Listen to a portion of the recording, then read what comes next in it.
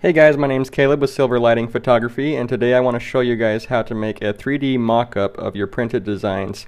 Now today I have some designs that I worked with for some wedding invitations. And if you see right here, I've got the invitation, the back of the invitation here, and the front of the invitation. And so that's a two-sided invitation, and then I have a wedding insert for the wedding invitation. So with these three, I like to put it in 3D and kind of create a mock-up so that the client kind of knows how it's going to look and the size ratio. So how you start with that is you create a new document, and here I'm just going to go to inches. I'm going to make an 8.5 by 11 document, and I like to keep the resolution at 300 pixels so it stays sharp. And the first thing you want to do is create kind of a 3D environment with like a wall and a floor where the invitations are going to be sitting and standing. So what I've done here is if you go to Google, you can just type in concrete here and just look for any concrete picture really. But I'm going to click on view image. It's going to load it up large, and once it's loaded I can really just drag and drop this into Photoshop. Now the first thing I want to do, I'm going to use this for the floor. So you can use your transform tool. If you don't see these little squares right here, you can click this checkbox that says show transform controls. And I'm just going to skew this down a little bit to make it look like it's flatter. And another thing that you can do is if you hold down Command on a Mac, and I believe it's Option on Windows,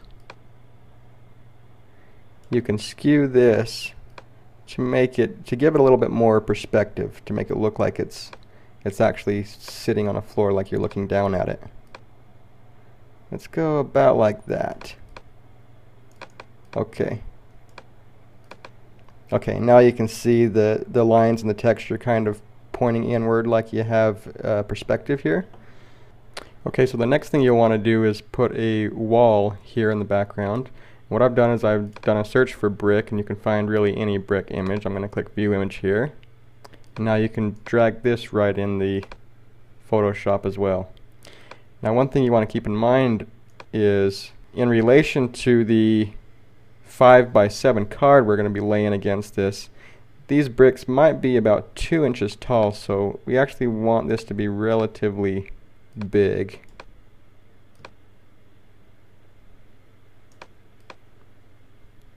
It doesn't have to be exact, it's just for representation purposes, but I'm going to say that that's probably okay there. Okay, so now we've got the brick and the wall here. We want to have just a little bit of a shadow as if the light's shining on here, so what I'm going to do is I'm going to create a new layer. Just hit this new icon, and I'm going to put it behind the wall here so that it's just for the floor. And what I'm going to do is just create a black fill, and I'm just going to kind of make kind of a vignette here.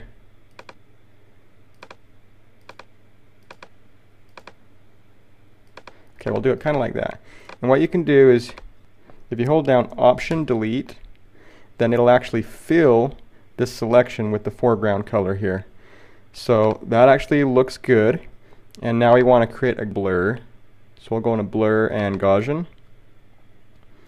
And we'll say about 40 pixels. I think I'll like that. And then what you can do is you can create a multiply filter on this layer, and then turn the opacity down so it's just a subtle shadow here, and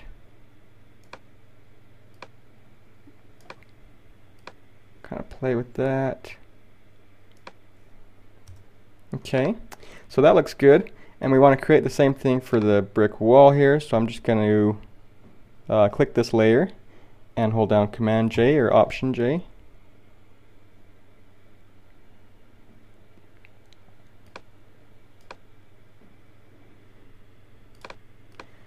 I'm going to delete the rest of this that I have. I'll just select that and hit delete on this second layer. And now what I'm going to do is I'm going to just turn this around, and we don't want any of this off the side, so be mindful of that.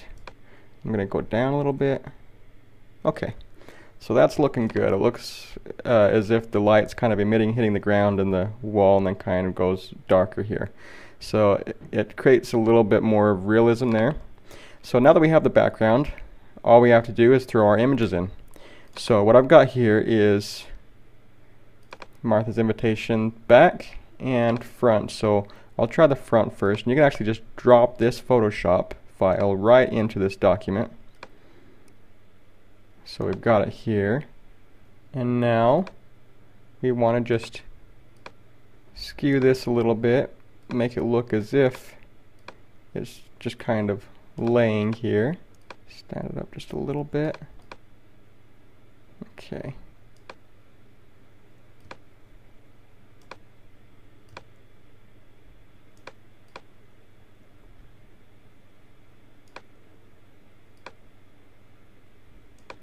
And this is just a little bit of trial and error.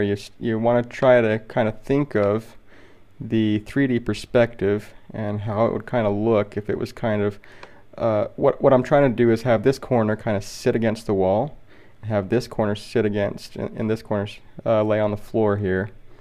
So it's kind of sticking out a little bit. So we've got that. I think it looks pretty decent. And I'm just going to hit return, and I'm going to confirm the changes that I made here. And we're going to go back to our file, and now I'm going to have the back portion so they can see the back here. And you want to make this the same relative height, something like that.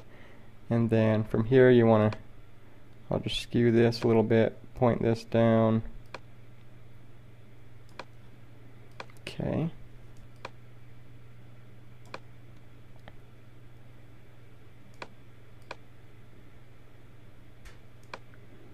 Have these all match the same height for sure. So this corner wants to be the same height as this one, and this corner can be the same height. And it doesn't have to be exact, it's just a little bit of creativity here, so you can kind of play with it and see what matches your style. So we've got those sitting on the floor here, and the last thing, I'm going to bring this up so that it matches the height right there.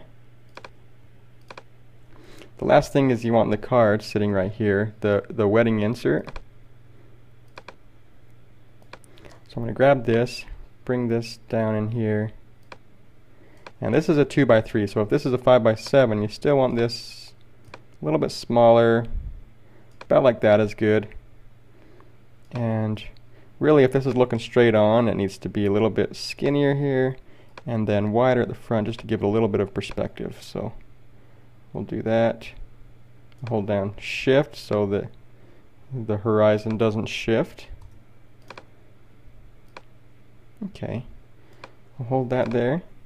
Now, the last thing we'll want to do is create a little bit of a shadow. So if we think about a light being just right above these images, pointing down here, then how would that shadow be cast? I think there would be a little bit of a shadow here, and a little bit of a shadow here. So what we're going to do is create a new layer. We're going to put these just behind these invitations here. I'm going to use my polygonal lasso tool. And what we're going to do is just create a black fill, something, and I'll create it all around here, and I'll kind of show you how you can manipulate it after. So I've got that fill, and I'm going to hold down Shift, and I'm going to create a new fill here while I'm at it. And this is going to cast a little bit of a shadow as well. Okay, hold down Option, Delete, and fill that with this foreground color. Now you can see a really hard shadow there. What we want to do with this is give it a little bit of an opacity, just like that. And to make it more lifelike, we can use a multiply filter here. And we're going to go in here and do just a slight blur. That's a little bit too much. And you could do that too, but the kind of what I'm imagining is if you do a 1 or 2 pixel, then that should work, and then you use your eraser tool, and we set that opacity to maybe 10%, and we're going to have 0 hardness. We're going to increase that size up to a level we can work with. Okay. Now, when a light is shining against something, it's usually darkest when it's closest against the shadow, and right here should be the lightest point. So I'm just going to erase just a little bit there. I'm going to come and erase a little bit more, and then I'm going to erase just a little bit more. And you can see how that's adding a little bit of depth to the shadow. So I'm going to do the same thing here. I'm going to do one pass over right there. I'm going to come around and do a second pass over in a more broader area, and a third pass over just like that. That's looking really good. Now another thing is, as the light kind of emits past further, then this needs to be blurred more. So we can use this blur tool. And you can increase the strength if you want. I'm just going to keep this at 50 and just keep passing over. Let's zoom in a little bit so you can kind of see more the effect that's giving.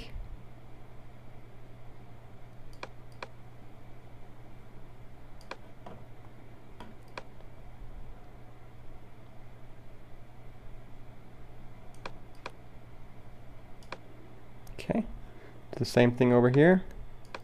Okay, so now we have kind of those shadows there. I'm going to just decrease the opacity just a little bit more. We don't need it too opaque. I think that looks good.